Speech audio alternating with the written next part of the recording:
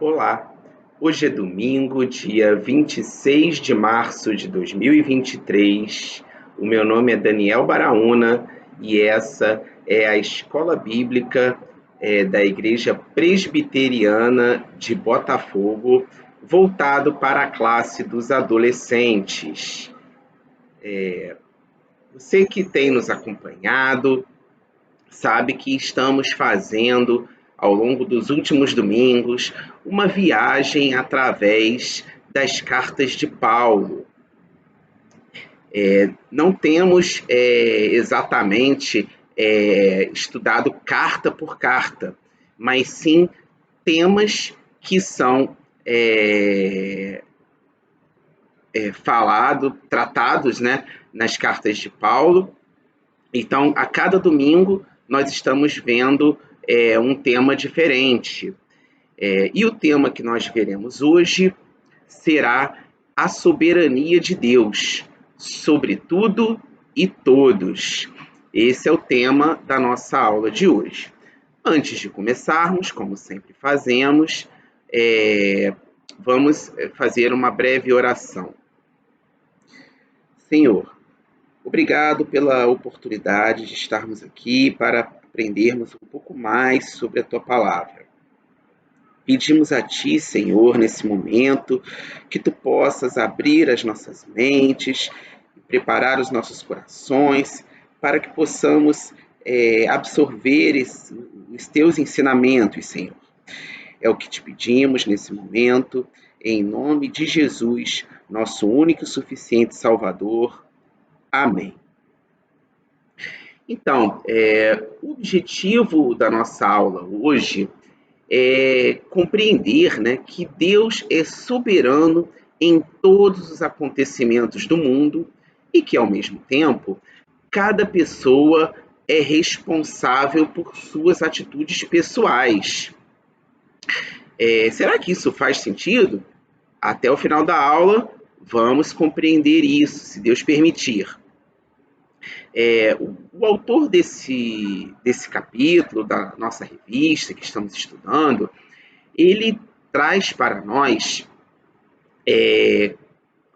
4 pontos para analisarmos, né?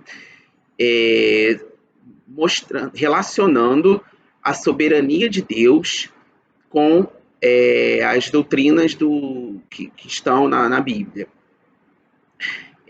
A primeira relação que o autor nos traz para estudarmos é a soberania de Deus na criação e na queda. Então, a primeira pergunta que vem, né, é qual seria a relação entre a soberania de Deus e a criação? Essa é uma pergunta que ela pode até ser mais facilmente compreendida, pois o primeiro passo é que, se a pessoa reconhece, ou seja, se ela admite que Deus é o Criador de todas as coisas e de tudo, a partir desse momento que ela reconhece isso, que ela admite esse fato, ela já não pode, de forma alguma, negar a soberania de Deus sobre tudo o que ele fez. Por quê? Porque o próprio conceito de soberania, ele se baseia no absoluto direito de posse. E, obviamente, o Criador, ele tem direito de posse sobre as suas criaturas. Então, todo aquele que admite que Deus é o Criador, ele automaticamente reconhece a soberania de Deus sobre todas as coisas. Entretanto, sabemos que logo após a criação do mundo, ocorreu a queda, né? Mas será que a queda, de alguma forma, ela não era esperada por Deus que ocorresse? Será que existe alguma relação, então, entre a soberania de Deus e a queda? Ora, a verdade é que o Senhor permitiu que a queda ocorresse e que o pecado entrasse no mundo. Mas o importante que nós temos que ter em mente é que o fato do pecado entrar no mundo e da queda ocorrer não invalidaram de forma alguma os planos de Deus. Pelo contrário, isso também fazia parte dos planos de Deus, com certeza. Entretanto, nós não podemos, de forma alguma, achar que, devido à existência do pecado, e por nós estarmos contaminados pelo pecado, que nós não somos responsáveis pelas nossas atitudes. Muito pelo contrário, as pessoas, ou melhor, nós, né, agimos de acordo com a nossa natureza inclinada para o mal. Então, cada pessoa ela é responsável pelas suas próprias decisões, pelas suas próprias atitudes e, consequentemente, também pelos seus próprios pecados. Esses conceitos precisam estar claros em nossas mentes para que possamos estar sempre desenvolvendo, né, os nossos conhecimentos. Dando continuidade, o autor ele relaciona também a soberania de Deus com a eleição das pessoas para a salvação. Nesse momento, como aqui é uma escola bíblica, eu gostaria de convidar você que está nos assistindo para que abra a sua Bíblia na carta de Paulo aos Efésios, capítulo 1, e nós vamos ler do versículo 3, a partir do versículo 3, ok? Então, carta de Paulo aos Efésios, capítulo 1, versículo 3, que diz assim: Bendito Deus e Pai de nosso Senhor Jesus Cristo, que nos tem abençoado com toda a sorte de bênção espiritual nas regiões celestiais em Cristo, assim como nos escolheu nele antes da fundação do mundo para sermos santos e irrepreensíveis perante ele, e em amor nos predestinou para ele, para a adoção de filhos, por meio de Jesus Cristo, segundo o beneplácito de sua vontade. Então, lemos do versículo 3 até o versículo 5. E aqui nós podemos observar algumas palavras ou expressões que se destacam. Por exemplo, ele usou o verbo escolheu, ele usou a expressão antes da fundação do mundo e utilizou também a palavra predestinou. Ou seja, ele relacionou os verbos escolheu e predestinou como ações de Deus. Então, como que podemos então relacionar, né, a soberania de Deus com essa escolha, com essa eleição? Antes disso, precisamos compreender o que é a doutrina da predestinação, já que ele utilizou aqui o verbo predestinou, né? O apóstolo Paulo ele utilizou esse verbo. A predestinação ela é a parte dos decretos de Deus relacionado às suas criaturas. Então, existe uma diferença entre predestinação e eleição. Elas não são exatamente a mesma coisa. Mas qual seria essa diferença, né? A predestinação ela se divide em eleição e reprovação. Ou seja, eleição é apenas um tipo de predestinação. A reprovação é um outro tipo de predestinação. Tá? E qual seria a diferença entre elas? A eleição, ela está relacionada à escolha de Deus, né? Nós vimos aqui a palavra escolha, né?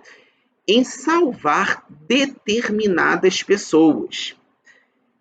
Observa também que no texto bíblico ele fala sobre segundo o beneplácito de sua vontade, ou seja, essa escolha ela foi feita apenas de acordo com a vontade de Deus.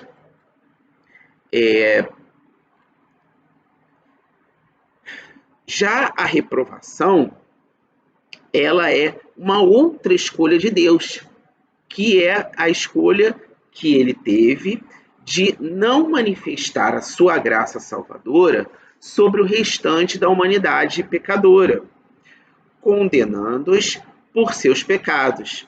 Ou seja, na eleição, Deus escolheu, de acordo com a sua vontade, salvar determinadas pessoas. Entretanto, na reprovação, Deus apenas escolheu não manifestar a sua graça, né? Ele apenas escolheu não salvar outras pessoas. Nós podemos ver exemplos disso na Bíblia, mas eu gostaria nesse momento de convidar vocês para olhar na Epístola de Paulo aos Romanos, capítulo 9, a partir do versículo 11. Tá? Esse versículo, esse trecho, melhor dizendo, ele traz o apóstolo Paulo falando sobre os gêmeos filhos de Isaac, chamados Esaú e Jacó. O texto bíblico diz assim: ainda não eram os gêmeos nascidos, nem tinham praticado o bem ou o mal, para que o propósito de Deus quanto à eleição prevalecesse, não por obras, mas por aquele que chama, já fora dito a Rebeca: o mais velho será servo do mais moço. Como está escrito: amei Jacó, porém me aborreci de Esaú. Ou seja, antes mesmo dos gêmeos nascerem, Deus já havia escolhido amar Jacó e se aborrecer de Esaú. É importante também termos isso em mente, que essa escolha nada teve a ver com ações que nós lemos aqui na Bíblia, ações que Jacó teve ou ações que Esaú teve. Essa escolha ela foi feita antes deles nascerem. Isso é importante nós termos esse conceito em mente. Mas, quando vemos, então, essa doutrina da eleição, será que nós podemos chegar, então, à conclusão que Deus pode ser considerado injusto, uma vez que ele escolheu pessoas antes mesmo delas nascerem? E, quando continuamos lendo os versículos seguintes da carta de Paulo aos Romanos, nós temos a resposta para essa indagação. Olha o que diz aqui o apóstolo Paulo: que diremos, pois? Há injustiça da parte de Deus? De modo nenhum, pois ele diz a Moisés: terei misericórdia de quem me aprouver ter misericórdia, compadecer-me-ei de quem me aprouver ter compaixão. Assim, pois, não depende de quem quer ou de quem corre, mas de usar Deus a sua misericórdia. Porque a Escritura diz a Faraó: para isto mesmo te levantei, para mostrar em ti o meu poder e para que meu nome seja anunciado por toda a terra. Logo, tem ele misericórdia de quem quer e também endurece a quem apraz. Esses dois últimos versículos falam sobre Faraó, que não queria deixar que os judeus fossem embora do Egito.